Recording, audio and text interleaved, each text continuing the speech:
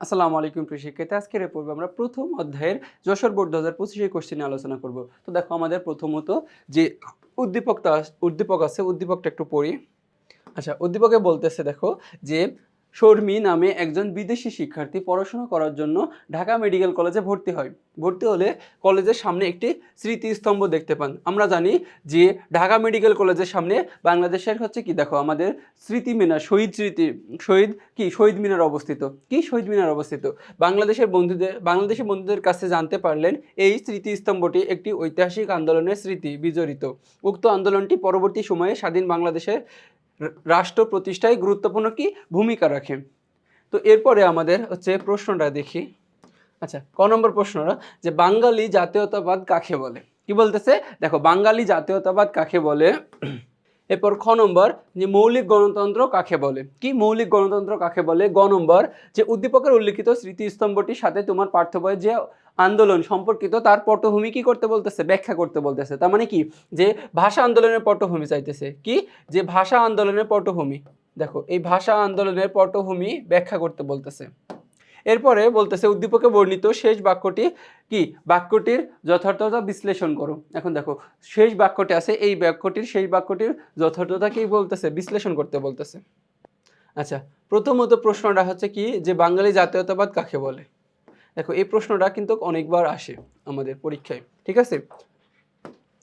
তো বাঙালি জাতীয়তাবাদ বলতে বোঝাইতেছে যে বাঙালি জাতীয়তাবাদ হলো এমন একটি রাজনৈতিক এবং সাংস্কৃতিক অভিব্যক্তি যার মূল ভিত্তি হলো কি বাঙালি জাতি। কি যার মূল ভিত্তি হচ্ছে কি বাঙালি জাতি। বাংলা ভাষা হাজার বছরের লুকায়িত সংস্কৃতি। এটি এমন একটি আদর্শ যা ধর্মবর্ণের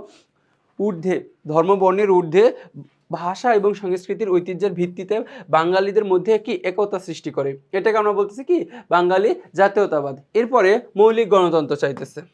দেখো মৌলিক গণতন্ত্রটা আমাদের ইম্পর্টেন্ট। সামরিক শাসনকে দীর্ঘায়িত করার লক্ষ্যে আইয়ুব খান কি বলতেছে। দেখো প্রশ্নটা আমরা একটু দেখি যে মৌলিক গণতন্ত্র কাকে বলে।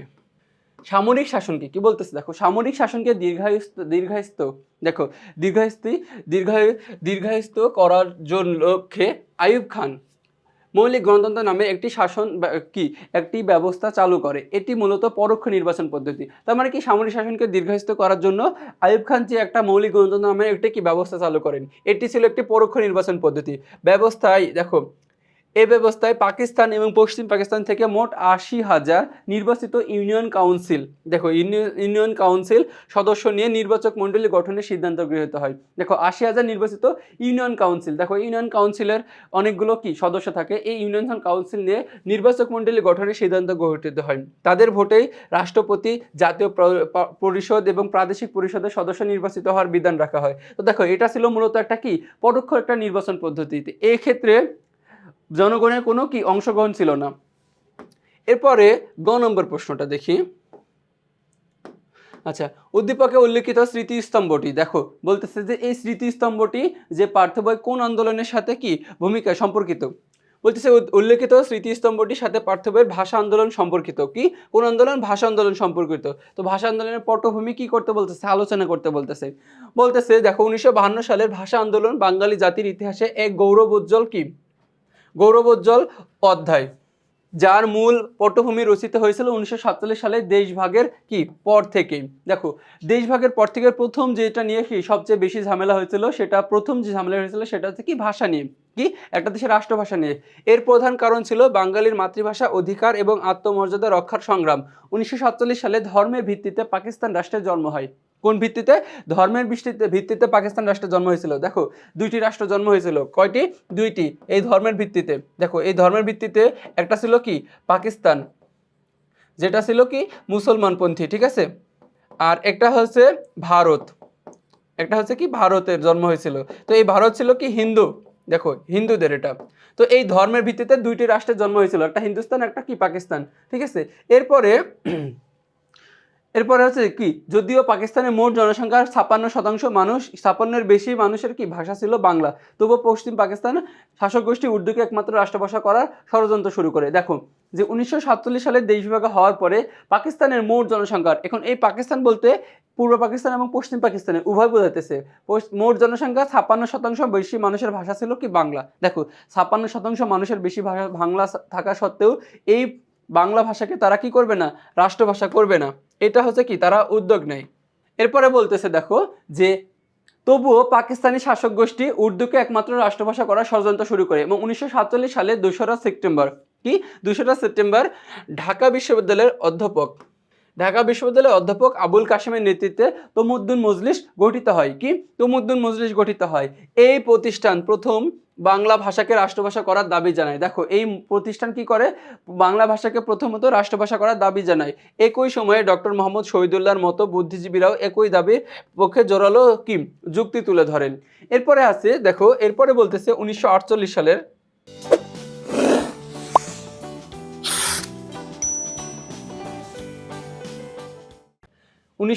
সালের 21শে মার্চ 1948 ঢাকা বিশ্ববিদ্যালয়ের কার্জন হলে পাকিস্তানের গভর্নর জেনারেল মোহাম্মদ আলী জিন্নাহ ঘোষণা দেন যে Urdu and only Urdu shall be the state language of Pakistan. মানে কি বাংলা দেখো যে উর্দু এবং উর্দুই হবে পাকিস্তানের একমাত্র রাষ্ট্রভাষা। তো উপস্থিতি ছাত্র জনতা তাৎক্ষণিকভাবে কি করেছিল, না বলে এই প্রতিবাদ মুখর জানায়। দেখো তিনি যখন ঢাকা বিশ্ববিদ্যালয়ে তিনি হচ্ছে যে 21শে মার্চ ঢাকা বিশ্ববিদ্যালয়ের কার্জন হলে পাকিস্তানের গভর্নর জেনারেল তিনি একটা বক্তব্য দিয়েছিলেন। তো প্রথমত তিনি এই বক্তব্য দেওয়ার পরে তখন পাকিস্তান এই যে আমাদের বাংলাদেশের যে ছাত্র ঢাকা বিশ্ববিদ্যালয়ের ছাত্ররা নানা ধ্বনি তুলেছিল এবং 1952 সালে জানুয়ারিতে তৎকালীন প্রধানমন্ত্রী খাজা নাজিমুদ্দিন পুনরায় উর্দুকে রাষ্ট্রভাষা করার ঘোষণা দিলেন। আন্দোলন নতুন রূপ নেয়।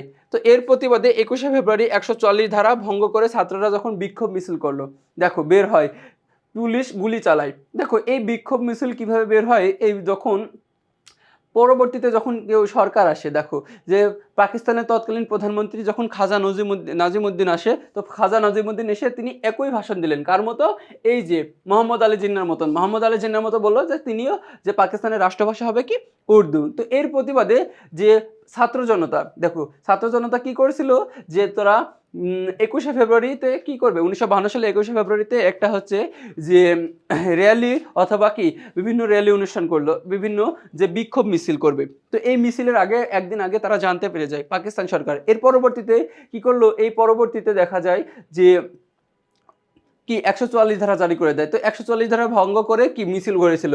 এই মিছিলে গুলি চালায় পুলিশরা। এই সময় সালাম, বরকত, রফিক, জাব্বার সহ অনেকে শহীদ হন। দেখো এই আন্দোলনে যে প্রথম যে শহীদ হয়েছিল তার নাম হচ্ছে রফিক, তার জন্য প্রথম ভাষা শহীদের নাম হচ্ছে রফিক, ঠিক আছে। এই আন্দোলনের ফলে 1956 সালে পাকিস্তান সংবিধানে দেখো এই আন্দোলনের পরে একটা সময় পরে যখন শহীদ হলো, এরপরে পাকিস্তানের 1956 সালে একটা সংবিধান প্রণয়ন করা হলো। এই সংবিধানে বাংলাকে অন্যতম রাষ্ট্রভাষার স্বীকৃতি দিতে বাধ্য হয় পাকিস্তান সরকার, ঠিক আছে। পরবর্তীতে কালে 1999 সালে ইউনেস্কো 21শে ফেব্রুয়ারিকে আন্তর্জাতিক মাতৃভাষা দিবস হিসেবে স্বীকৃতি দেয়। এরপরে আমাদের ঘ নম্বর প্রশ্নটা দেখি। আচ্ছা, ঘ নম্বর প্রশ্ন বলতেছে ভাষা আন্দোলনটি পরবর্তী সময়ে স্বাধীন বাংলাদেশের প্রতিষ্ঠায় গুরুত্বপূর্ণ ভূমিকা রাখে। দেখো এই যে এই কথাটি কি করতে বলতেছে, বিশ্লেষণ করতে বলতেছে। ভাষা আন্দোলন, দেখো এই ভাষা আন্দোলনই পরবর্তীতে স্বাধীনতার বাংলাদেশে গুরুত্বপূর্ণ ভূমিকা রাখে। দেখো ভাষা আন্দোলনের মাধ্যমে বাঙালি জাতি তাদের অধিকার আদায় করা শিখেছিল। তো পরবর্তীতে যখন আমাদের উপর আরো বৈষম্য সৃষ্টি করলো, এই বৈষম্য থেকে বাঙালি জাতি মুক্তির জন্য বিভিন্নভাবে তারা উপায় খুঁজে বের করলো। তো এইটা পরবর্তীতে তাদের স্বাধীনতার পক্ষে একটা প্রেরণা জুগিয়েছিল, উৎসাহ জুগিয়েছিল। তো এইটার ক্ষেত্রে বলতেছে দেখো যে 1952 সালে ভাষা আন্দোলন বাঙালি জাতির মধ্যে একটি স্বতন্ত্র জাতীয়তাবোধ তৈরি করেছিল। এই স্বতন্ত্র জাতীয়তাবোধ, দেখো এই জাতীয়তাবোধ যখন একটা ব্যক্তি বুঝবে তার জাতীয় অধিকার কি, তার জাতীয়তাবোধ কি, তখন এই জাতীয়তাবোধকে রক্ষা করতে চাইবে। তখন সে তারা কোনো গোলাম অথবা কারো অধীনে থাকবে না, ঠিক আছে। যা পরবর্তী সময়ে সকল রাজনৈতিক আন্দোলনকে অনুপ্রাণিত করে এবং শেষ পর্যন্ত 1971 সালে মহান মুক্তিযুদ্ধের মাধ্যমে এটি স্বাধীন রাষ্ট্রের জন্ম হয়। তো পরবর্তীতে দেখা যায় এটা দেখো যে এটা পরবর্তীতে দেখা যায় এই যে ভাষা আন্দোলন পরবর্তীতে আমাদের স্বাধীনতার পক্ষে গুরুত্বপূর্ণ একটা ভূমিকা পালন করে। দেখো ভাষা আন্দোলনের রেশ ধরে 1954 সালের প্রাদেশিক নির্বাচনে রাজনৈতিক দলগুলো একজোট হয়ে মুসলিম লীগের বিরুদ্ধে নির্বাচন করে। 54 সালে যুক্তফ্রন্ট নির্বাচনে, এই নির্বাচনে যুক্তফ্রন্ট বিপুল ভোটে জয়লাভ করে, যা পশ্চিম পাকিস্তানের শাসক গোষ্ঠীর উপর বাঙালিদের ক্ষোভের একটা বহিঃপ্রকাশ, ঠিক আছে। এরপর বলতেছে দেখো 1962 সালে আইয়ুব খানের চাপিয়ে দেওয়া বৈষম্যমূলক শিক্ষানীতির বিরুদ্ধে 1962 সালে আমরা জানি যে 1962 সালে শিক্ষা আন্দোলন হয়েছিল, ঠিক আছে, এটা কি শিক্ষা আন্দোলন হয়েছিল। বিরুদ্ধে ছাত্র সমাজ যে আন্দোলন গড়ে তোলে তা ছিল ভাষা আন্দোলনের এক ধারাবাহিকতা। দেখো এই ভাষা আন্দোলন থেকে মানুষ কি শিখলো, যে বাঙালি জাতীয়তাবাদ শিখলো। এই জাতীয়তাবাদ মানে কি, যে তার নিজস্ব সংস্কৃতি, তার নিজস্ব ভাষা, নিজের কি বিভিন্ন লুকায়িত যে সংস্কৃতি, সকল কিছু তাদের নিজের হিসেবে শিখলো। এখন তোমার উপর যদি কেউ একটা কি এইসব চাপিয়ে দেয়, তাহলে তোমার কি এই অধিকারটা আমরা শিখেছিলাম কোথা থেকে, এই ভাষা আন্দোলনের মাধ্যমে। তো এই ভাষা আন্দোলনটা পরবর্তীতে যত কিছু হয়েছে একটা কি গুরুত্বপূর্ণ ভূমিকা পালন করেছে। তো ভাষা আন্দোলনের পরে দেখো যে ভাষা আন্দোলনের পরে 1962 সালে শিক্ষা আন্দোলনও কি একটা এই যে ভাষা আন্দোলনের একটা কি গুরুত্বপূর্ণ ধারাবাহিকতা বজায় রাখছিল। তারপরে 1966 সালে 6 দফা এর মূল বিষয় স্বায়ত্তশাসনের দাবি, যা চূড়ান্ত স্বাধীনতার পথ প্রশস্ত করে। এবং 1969 গণঅভ্যুত্থান, আগরতলা ষড়যন্ত্র মামলা এবং 6 দফার পক্ষে প্রবল জনমত গড়ে ওঠায় 1969 সালে বিশাল গণঅভ্যুত্থান ঘটে। দেখুন এই 1969 গণঅভ্যুত্থানের ফলে কি স্বৈরশাসক আইয়ুব খানের পতন ঘটে। দেখো পরবর্তীতে সামরিক শাসন কি পতন ঘটে।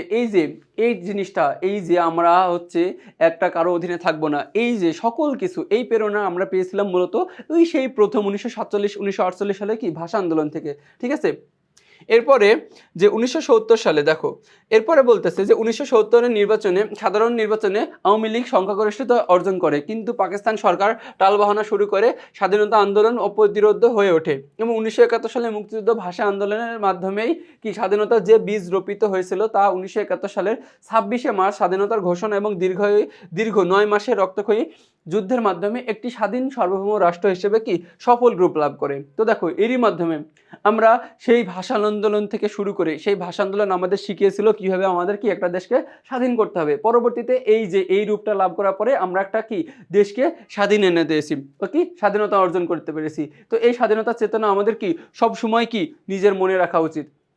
তো এরই মাধ্যমে কি এই বোর্ড কোশ্চেনটা সলভ করলাম। তো পরবর্তীতে তোমাদের সাথে আবার দেখা হবে। আসসালামু আলাইকুম।